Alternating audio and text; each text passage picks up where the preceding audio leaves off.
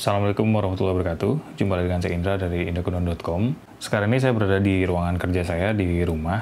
Seperti tema video kali ini, sebenarnya saya mau mengangkat satu topik yang mungkin lagi in sekarang, yaitu bagaimana cara kita supaya efektif dan tetap produktif ketika kita bekerja dari rumah.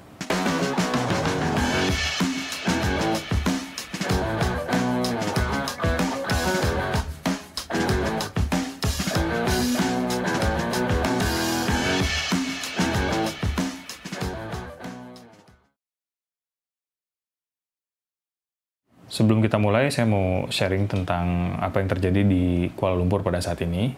Waktu saya ngerekam video saya sebelumnya, pada saat itu kondisi Kuala Lumpur mengenai penyebaran virus corona itu belum terlalu parah seperti sekarang. Sampai hari ini, sekarang kita sudah berada lebih dari 1.000 kasus, dan ini terjadi dari gelombang yang kedua. Nah, dengan adanya situasi yang genting kayak gini, akhirnya pemerintah Malaysia memutuskan untuk partial lockdown. Sebetulnya nggak total lockdown sih ya, belum. Tapi apa yang terjadi adalah pemerintah Malaysia mau membatasi pergerakan warganya gitu. Jadi waktu pengumuman itu diumumkan tanggal 16, Movement Control Order ini, MCO ini akan diberlakukan pada tanggal 18 Maret. Ya panik dong orang-orang sini kan. Jadi akhirnya ada yang panic buying besoknya, pergi ke supermarket ngeborong barang gitu. Ada yang malah mau balik kampung. Padahal kan sebetulnya itu yang bikin kasus di Itali itu lebih parah. Karena ketika ada pengumuman untuk jangan keluar atau diam di rumah, mereka malah balik kampung gitu, dan itu yang bikin kasus di Itali membludak gitu ya. Nah di sini juga sama, jadi begitu ada situasi seperti itu diumumkan sama pemerintah, kepolisian juga bilang bahwa nantinya setiap orang harus meminta izin kalau mau keluar KL ke polisi gitu. Karena situasinya juga makin nggak terbendung sekarang, orang-orang masih jalan-jalan di luar. Ada rumor lagi bahwa pemerintah Malaysia minggu besok akan menurunkan militer untuk ngeroadblock gitu, ngejaga di jalan, jangan sampai ada warganya yang keluar masuk dari KL atau dari satu daerah ke daerah lain. Nah, tapi kebijakan ini juga tanggal 18 itu akhirnya menyebabkan semua kantor yang ada di KL yang tidak ada hubungannya dengan bisnis kritikal kayak supermarket atau medis atau transportasi gitu, itu akhirnya diminta untuk kerja di rumah.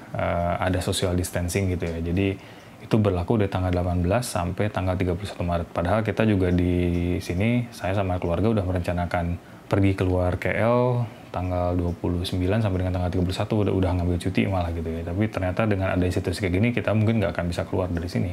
Kembali ke topik kali ini, kenapa saya mau bahas tentang kerja dari rumah. Sebenarnya sebelum ada ini pun, kantor saya ngasih fleksibilitas, siapa aja boleh kerja di rumah kapan aja gitu.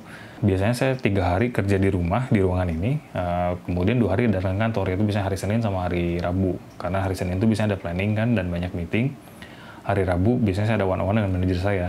Sebelum saya kerja di sini, sebetulnya saya nggak pernah punya pengalaman untuk kerja remote, apalagi kerja dari rumah gitu ya. Kalau sebelum saya kerja di sini, untuk kerja di rumah tuh ribet gitu, ribetnya karena kita masih menggunakan servernya on-premise. On-premise itu maksudnya kita nggak simpan itu di cloud provider, tapi servernya punya kita sendiri. Jadi untuk kerja dari rumah tuh artinya kita memerlukan izin dari network admin untuk bikinin kita akun kayak semacam VPN dari rumah ke kantor. Kadang-kadang untuk connect ke server yang kita mau di kantor tuh susah gitu. Sayanya sendiri dulu mindsetnya masih mikir kalau lebih enak ketemu langsung dengan orang, ngomong langsung daripada ngetik di chat gitu. Pas ke kantor sini, saya baru belajar dari teman-teman saya di kantor bahwa oh ternyata begini kalau misalkan kerja remote itu ya, karena culture-nya mendukung. Di kantor juga kita punya semacam tools buat meeting. Kalau misalkan kita mau meeting sama tim lain di Australia, kita seakan-akan kayak duduk di ruangan yang sama karena kita bisa lihat dia di layar gede di TV gitu. Kemudian juga suaranya keluar kenceng dari speaker itu yang kita punya gitu ya. Nah sekarang untuk masalah kerjaan, tools yang kita pakai buat kerja, IDE pakai Visual Studio Code, kemudian source code repository ini udah online. Sekarang udah ada GitHub, sudah ada VSTS nggak tahu merging sama GitHub atau nggak, karena dulu ini punya Microsoft. Kemudian Bitbucket, kalau misalnya yang pakai dari Atlassian, ada juga GitLab gitu. Banyak banget gitu, dan sekarang kita nyimpen source code aja udah nggak masalah gitu. Kalau dulu memang kadang-kadang perusahaan itu nggak mau dia taruh source code-nya di cloud provider, jadi dia taruhnya ya on-premise itu gitu. Jadi buat check out source code-nya susah, buat ngakses ke servernya juga susah, ke database-nya. Kalau sekarang semua udah di cloud provider, untuk ngakses infrastruktur yang kita punya di cloud, baik dari rumah ataupun dari kantor, udah nggak ada bedanya gitu. Nah, sebagai tips pertama dari saya untuk kerja di rumah itu sebetulnya kita harus bisa mempartisi mana kerja, mana ruangan kerja, mana ruangan keluarga gitu. Karena walaupun kita kerja di rumah, tapi kita harus punya komitmen waktu dan komitmen effort yang sama seperti halnya kita bekerja di kantor gitu. Produktivitasnya nggak boleh turun, nggak boleh beda dong antara kerja di rumah dengan kerja di kantor. Jadi yang saya lakukan pertama, saya mengubah ruangan di rumah, salah satu ruangan di rumah. Ini sebenarnya ruangan musola dengan laundry. Tapi saya ambil setengahnya untuk setup workstation saya gitu, dan kalau misalnya saya memang mau fokus kerja, seperti halnya saya bisa mulai kerja jam 9 sampai jam 5 misalkan. Nah, jam 9 saya sudah tutup pintu kamar ini, kemudian saya kunci, saya keluar baru jam makan siang, jam 12, sama seperti halnya kerja di kantor. Tapi bedanya, kalau memang saya diperlukan urgent misalkan untuk jaga anak dulu sebentar, saya bisa keluar gitu, dan saya juga bisa mulai lebih pagi. Karena tim saya sebagian kan ada di Australia. Nah, yang di Australia biasanya mereka mulai kerja jam 10 di sana, itu berarti sekitar jam 7 di KL kan gitu. Jadi kalau misalnya kita memang mau meeting dengan orang Australia pagi-pagi, ya kita bisa buka juga kalau di rumah gitu. Kemudian yang lainnya, kita juga sebetulnya kalau saya kerja di rumah, pertama hemat waktu, jalan ke kantor tuh 1 kali jalan itu paling nggak 20 menit. Kemudian juga saya hemat uang untuk ongkos, dan saya hemat uang untuk makan siang gitu. Tapi masa juga waktu begitu masuk perusahaan ini nggak langsung kerja di rumah gitu ya. Nama juga awal-awal kan masih ragu-ragu nih apakah benar boleh nggak kerja di rumah, karena pertama saya belum biasa, terus saya juga nggak tahu culture perusahaannya gimana kan. Jadi 3 bulan pertama pada masa percobaan saya memang setiap hari datang ke kantor, tapi begitu merhatiin kebiasaan orang-orang gitu, bahkan kita punya salah satu Android engineer yang saya cuma lihat dia tuh kalau ada event-event makan-makan di kantor aja gitu, karena hari-hari dia nggak pernah ada di kantor. Dia juga cuma satu-satunya Android engineer yang ada di KL, sisanya ada di Australia, jadi dia juga nggak ada keperluan untuk datang ke kantor setiap hari gitu.